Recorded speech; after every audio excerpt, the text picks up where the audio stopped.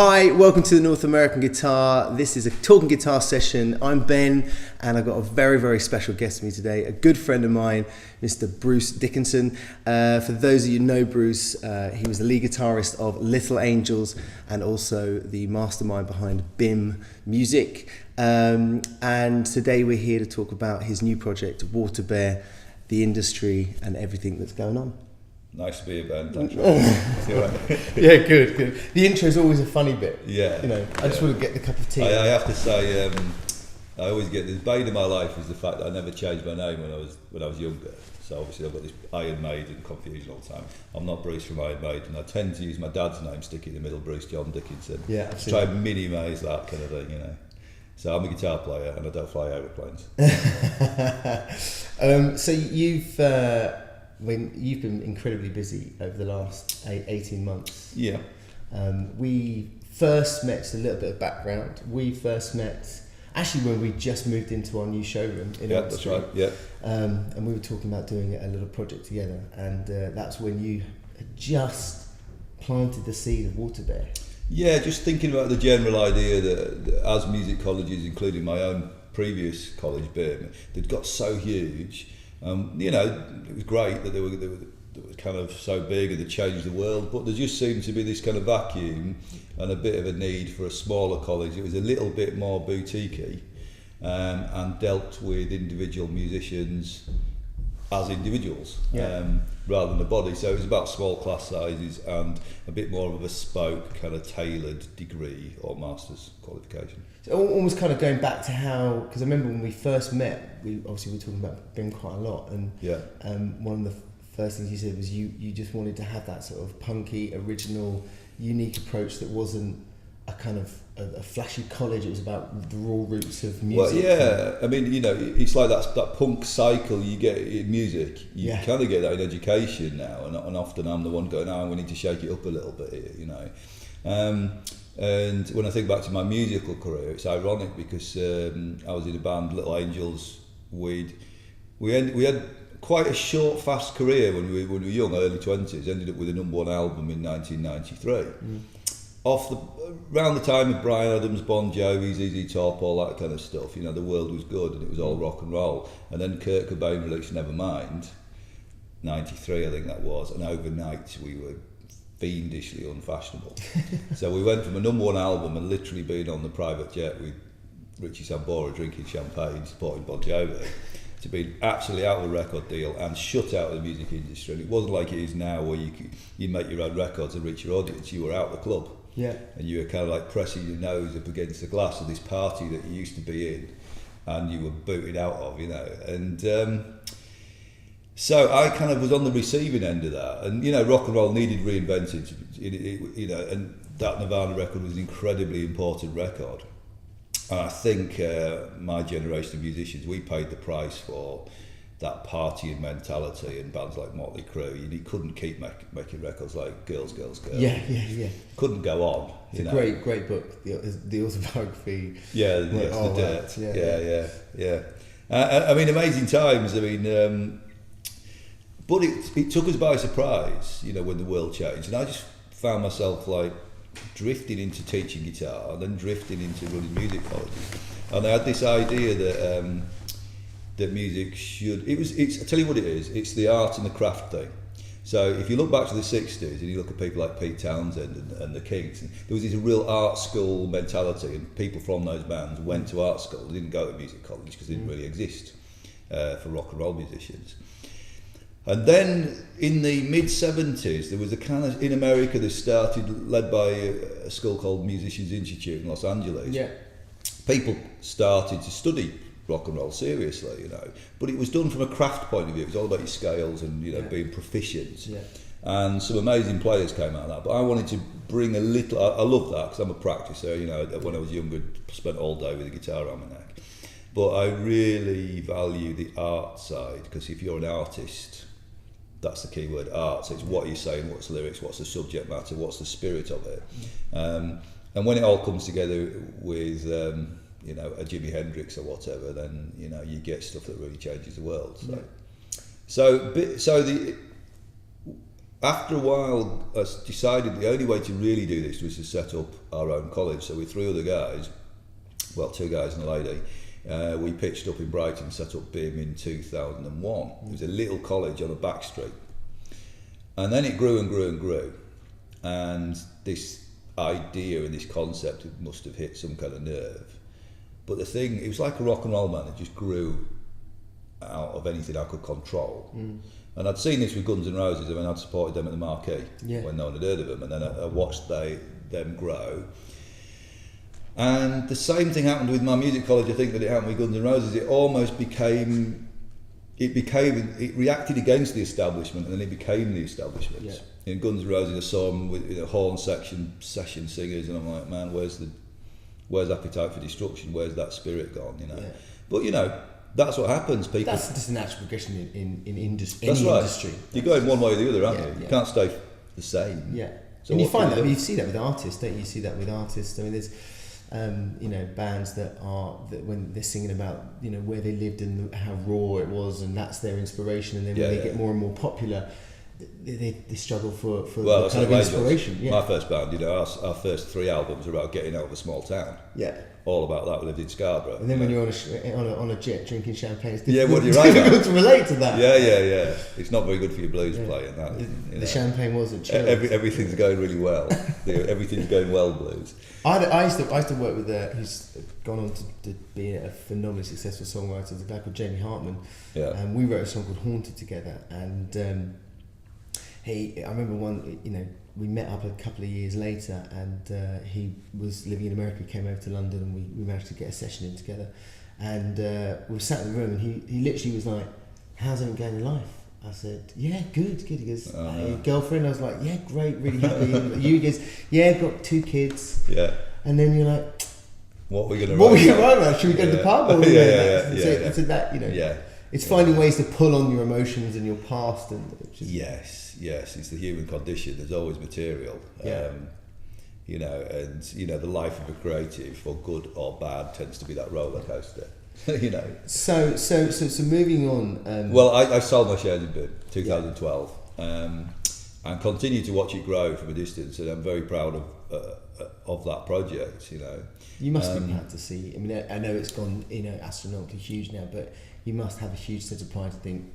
I think I'm proud of what a lot of the graduates from BIMM have achieved. Kooks and name loads of them. Well, it's not all about those. That's amazing when the band's playing stadiums and doing big tours and all that stuff. But equally satisfied is people who have quietly successful careers on their own terms, being professional musicians.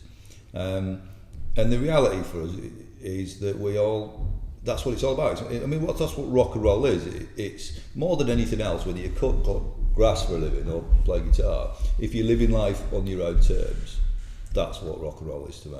Yeah. So when I see a graduate of any of our courses doing that, I'm very, very proud of that. And being in control of your own life. I'm not really a big fan of the TV show formats, the Simon Cowell thing, because it's the opposite of what I believe in, which is artist empowerment.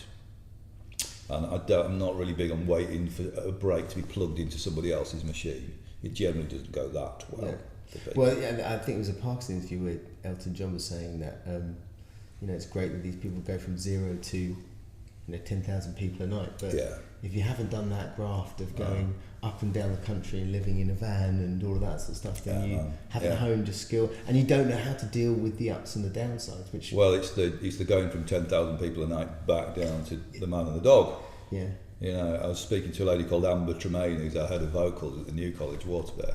Now, she won one of the early incarnations of the TV show format. Mel B was the judge, and she won a stack of cash. And she's had a very successful career ever since, but she has to deal with people saying to her all the time, "Oh, it's not what you're doing. Have you been on the telly? We haven't seen much of you." And her careers have gone fantastically well. But dealing with people's perceptions and everything, and that whole TV thing, it is what it is. It's not for me. It's a different approach to your career. I'm all about getting your hands dirty, taking responsibility for yourself as an artist, taking responsibility for the business side as well, and carving your own future. Yeah. So you mentioned WaterBear. That's one of the main reasons why we're here to talk about that. So just for viewers that haven't heard of it or don't know much about it right now, tell us Well, it's a new music college. We're in Brighton on Queen's Road near the station, near the sea. It's a great place to be. It's being built right now. We'll be done in 5 weeks, and we deliver master's qualifications and a traditional BA honours in commercial music. And we do a lot of stuff with guitar. We work with Rob Chapman. You might have seen on YouTube, etc. Yeah, big fan of Rob. And got a great guitar team, and the qualifications is a big focus on work-based learning. So what we do, we only accept people on the course if they've already got something going on, so we can grow it. So for the masters level people, often it's a very established career, and they write it up because getting an MA just gives you some resilience in your career, and it gives you that confidence that whatever happens to you as a creative, you've got transferable skills, and you've got that bit of paper to prove it, kind of thing. So I've got an MA, and it changed my life, So, and then for the degree, that's definitely whereas the masters might be people in the mid-30s. The degree is for people 18 to 25 who are starting out in their career, but they need to have something going on for us to work with, Yeah, I like that. I was actually watching one of your videos on the website before you arrived today, and I love that the big thing that stood out for me obviously was the work-based learning, but that kind of individual approach. You're working one-on-one with somebody, and I think in business, in life, doesn't matter what, that having that kind of plan, that goal, that strategy of where you want to go to. So I'm a guitarist, I'm a singer-songwriter, and I've got an EP, or I've got a bit of a following on Instagram or Facebook or wherever. Where do I want to be in 5 years, and how do I get there? You see, that sort of person is easy to help, because you're like, okay, you negotiate the plan, and without the plan, you've just got a pipe dream. It's too important to kind of leave it all to chance if music's important to you. So you need that plan. It needs to be sort of negotiated. You need a bit of mentoring to make sure the plan is realistic and achievable. And then you go, right, well, we want to be there. Where we are now, and then you negotiate and work out the steps. And it's very much, this is how education should be. I think the days of a classroom where there's a row of seats and someone's supposed to be telling you how it all works is gone. Because if you've got a class full of 20 young guitar players, guarantee they know more about a lot of subjects than you do. So it's about sharing debate, and also about kind of traditional A&R skill. We don't get A&R men so much anymore because record companies can't afford to employ them. The art is lost in some respects, and it's about asking the right question at the right time and creating environments and situations where people learn. It's not about telling people stuff. Yeah. And also, as a student, you're going to be so much more engaged by somebody that has, someone like Rob Chapman, who's has got an immense career, and carved a niche and created an industry. Just amazing, exactly, created an industry. To be aspiring to something like that, and to talking about and taking advice from them and guidance, and saying, well, you don't want to do it like this. This is how, but yet still being plugged into the scene at the time. Yes. Because you mentioned that earlier, which is something that stuck in my head as well. You talking about your son. Yes. And like how your son is going now doing really well as an independent DJ. Yeah. He's doing 4 gigs a weekend, and you love that because he's done it on his own, and you kind of. That principle, whether it's my boy or whoever it is, you take your music, and part of this plan is getting you from A to B, and often for people it's going from a local level to a national level. That's part of that plan, and it's about plugging the music into a scene. So if you're doing this and you think that these people are like it, where are these people? What other gigs are they going to? Where are they engaging online? And how can you reach them? And what we're talking about is growing an audience, but what's killing traditional musicians at the moment, and I've done it, I did a record when I was 47 with a band called Colour of Noise, as an experiment to see if you could pull off starting a new band at 47 and make it work. And it did work. It did really well on Planet Rock. We did some great tours, great supports, great festivals. We did download all sorts of stuff. But I'd made a fundamental mistake in that set up a traditional rock and roll band, and as the thing got bigger, the costs increased faster than the income, so you were getting penalised for success. And I worked it out, sat on my kitchen table, I worked out by the time you get to Hammersmith Odeon, if you could get there, the costs are still increasing faster than the income. So you just can't do it. So what does work though, if you look at bands like the Pearl Hearts or the Gravel Tones, people who do things in an innovative way with perhaps a stripped down model, a smaller band or whatever it is, they tour in a clever way, and often they tour digitally before they go out on the road, which is expensive. So by the time you do go on the road, there's actually an audience to play to. Yeah, digital touring, that's a real... And stuff like the Patreon thing. Yeah. I had a great experience with Pledge Music. And you have to say these days that there'd have to be a very, very, very good reason for doing a record deal. Yeah, I mean, I've done 2-3 records via Pledge, and I think they're fantastic. Yeah. Really interesting what you said though about starting a band at 48 years young. 47. 47. I'm 50 now. It was 3 years ago. Yeah. But I've got we have clients of ours who are who've carved an incredibly successful career in business. Yeah. And music has always been their passion, and they've collected instruments, and they've kind of come. In fact, there's a guy in yesterday. He's now done his time. He's retiring, and he says, "Now I'm going to be a full-time musician." Yeah. And I love that. And he's so passionate about his guitars and what he wants to do with them. And he's like, "I'm going to get rid of these arch tops. I'm going to focus on my nylon or my steel string." And well, this is what I'd say to someone in that position. I think there's many people who are considering this. There's no barrier to the music business now. Yeah, absolutely. In fact, we're all in it. The music business belongs to us as much as it belongs to Beyonce or Metallica or whoever. Yeah. So you're already in the music business. It's a community now, but if you can get an audience and reach them, and you can grow it, you can do everything on your own terms. So anything a record company can do, like hiring a PR company or a social media person, just hire them in yourself and generate the money by growing the audience, generate the money on Pledge or Patreon or something like that, and you be the record company. Yeah. I think and no one can stop you doing it. That's a great thing. Yeah, absolutely. And if you feel you've got great songs, if you've got whether it's fingerstyle guitar, whether it's rock or whatever it is, if you feel that you've got the songs and the capability, then do it. And I think it's like the people who make these amazing guitars around us now. It's not about taking over the world necessarily. A small dedicated group of fans is worth its weight in the gold. And if that's 100 people.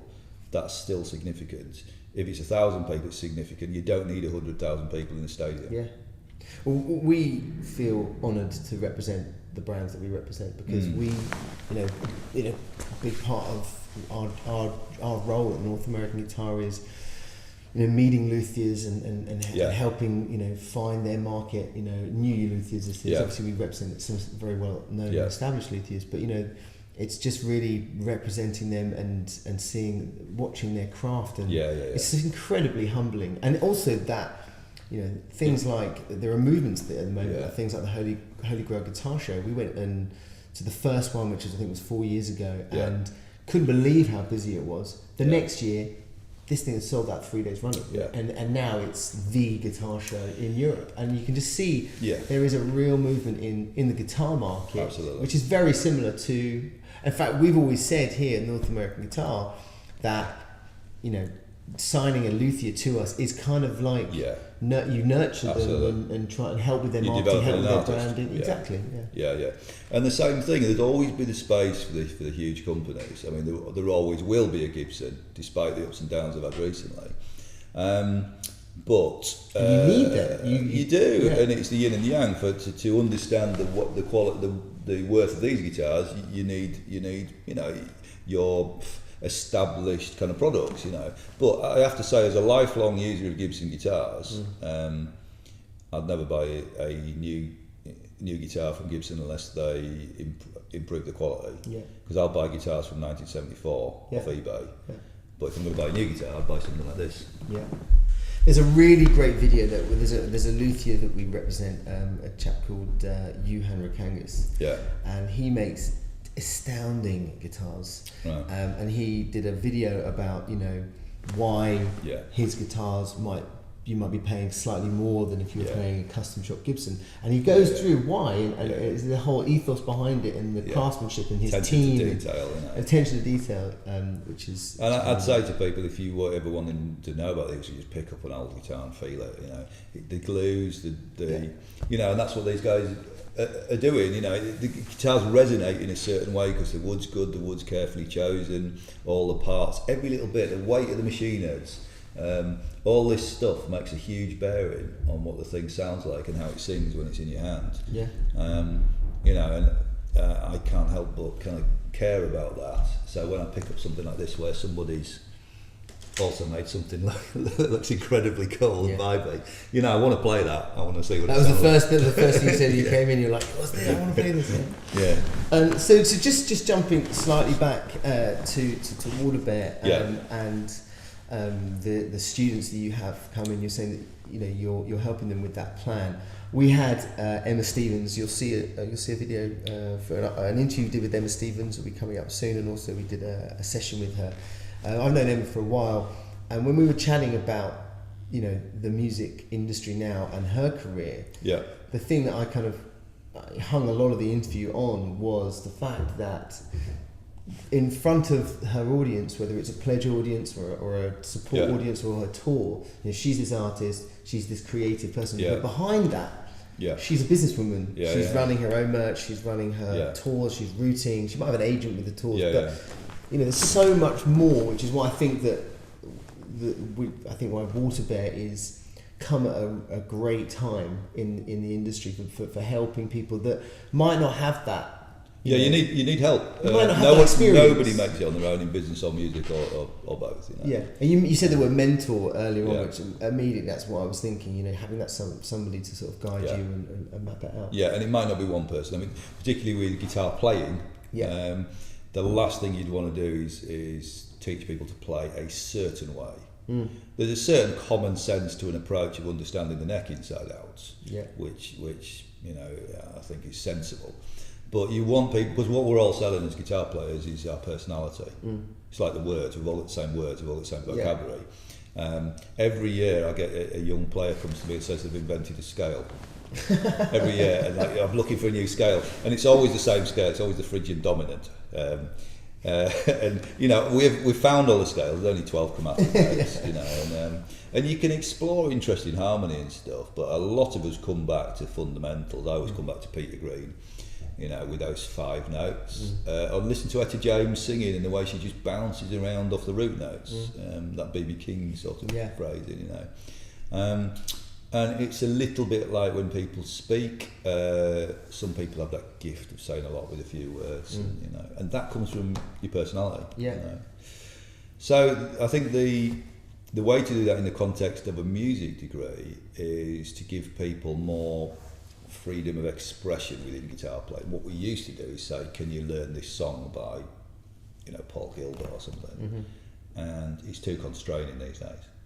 For a start, some people have 7 strings on the guitar, some people are playing in Keith Richards tune some people want to master slide, so we can't dictate anymore.